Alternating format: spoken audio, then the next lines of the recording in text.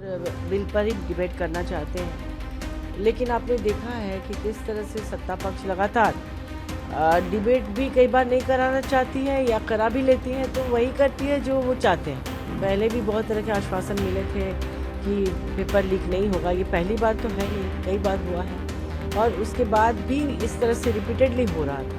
सरकार को चेतना को चुनौती नहीं देनी चाहिए और सरकार के लिए चेतना ही चुनौती बन गई।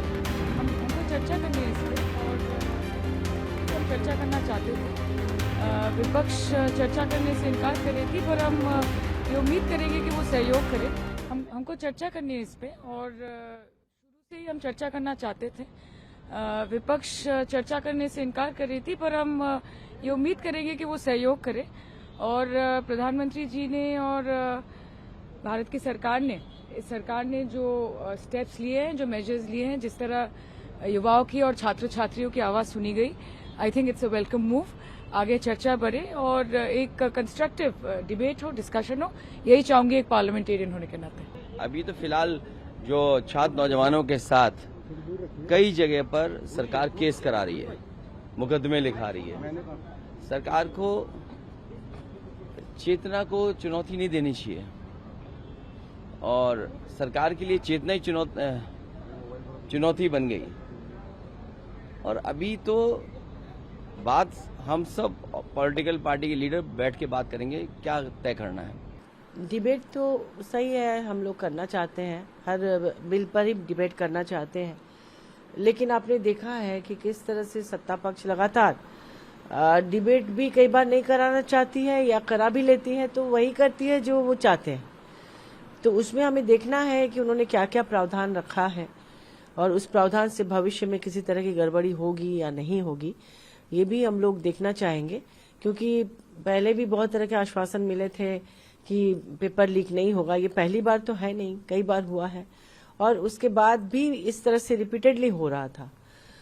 तो छात्रों का आंदोलन आपको देखते हुए हम लोग चाहते हैं कि भविष्य में इस तरह से छात्रों को परेशान ना होना पड़े। देश की छवि भी धूमिल हुई है पूरे विश्व में और जिस तरह से दमनकारी रवैया अपनाया गया था, इसके पहले भी दिल्ली ने देखा है कि किस तरह से 3 काले कृषि कानून को लेकर कितना धरना प्रदर्शन, 700 किसानों की जान गई थी, तब जाकर केंद्र सरकार ये मानने को तैयार हुई थी कि नहीं ये बिल गलत है, या फिर हठधर्मिता की हद करते हुए फिर उन्होंने स्वीकार किया। इस बार भी वही हुआ, जब सत्र शुरू होने के पहले 22 दिन तक छात्र शांतिपूर्ण ढंग से आंदोलन कर रहे थे, गांधीवादी तरीका अपना रहे थे, उस समय क्यों नहीं सरकार जाकर बात करके यही चीज जो अभी करना चाह रही है उस समय भी कर सकती थी, लेकिन उन्होंने नहीं किया। 22 दिन तक देखते रह गए। फिर जब संसद सत्र शुरू हुआ, छात्रों ने पहले से ऐलान कर रखा था कि पार्लियामेंट तक आएंगे, क्योंकि कोई उनकी बात सुन ही नहीं रहा था, और जब आए तो उन पर लाठियां चलाई गई, आंसू गैस के गोले छोड़े गए और अब फाइनली जब उनके आंदोलन के सामने या संपूर्ण या विपक्ष की तरफ से भी जो पार्टियों ने उन्हें समर्थन दिया, उसमें भी दबाव में आकर, क्योंकि पार्लियामेंट चल नहीं रहा था, संसद से सड़क तक आंदोलन हो रहा था, छवि खराब हो रही थी, छात्रों को जब घायल करके उनको हॉस्पिटल में ले जाया गया, उससे भी काफी आक्रोश पैदा हो रहा था। अच्छा, ये सिर्फ दिल्ली तक सीमित नहीं था, फिर ये और भी राज्यों में फैल रहा था। बिहार में भी आपने देखा किस तरह से हुआ, वहां भी दमनकारी रवैया अपनाया गया। तो फाइनली सरकार जब राजी हुई है कि हाँ बिल बनाएंगे, उस बिल में गड़बड़ी नहीं होनी चाहिए। विपक्ष की राय लेकर सब लोग ठंडे दिमाग से उसमें ऐसा बिल बनाए कि भविष्य में किसी निर्दोष को भी सजा न मिले, कि कोई किसी को फंसाना चाहे तो इस बिल की आड़ में फंसा दे, ये भी नहीं होना चाहिए।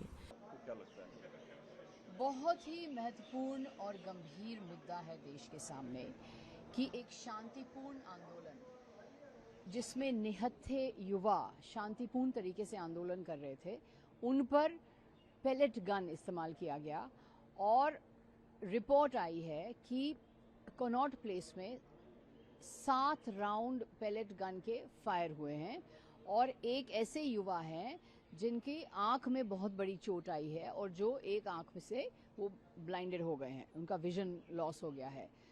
तो ये बहुत ही खतरनाक और बहुत ही गंभीर मुद्दा है।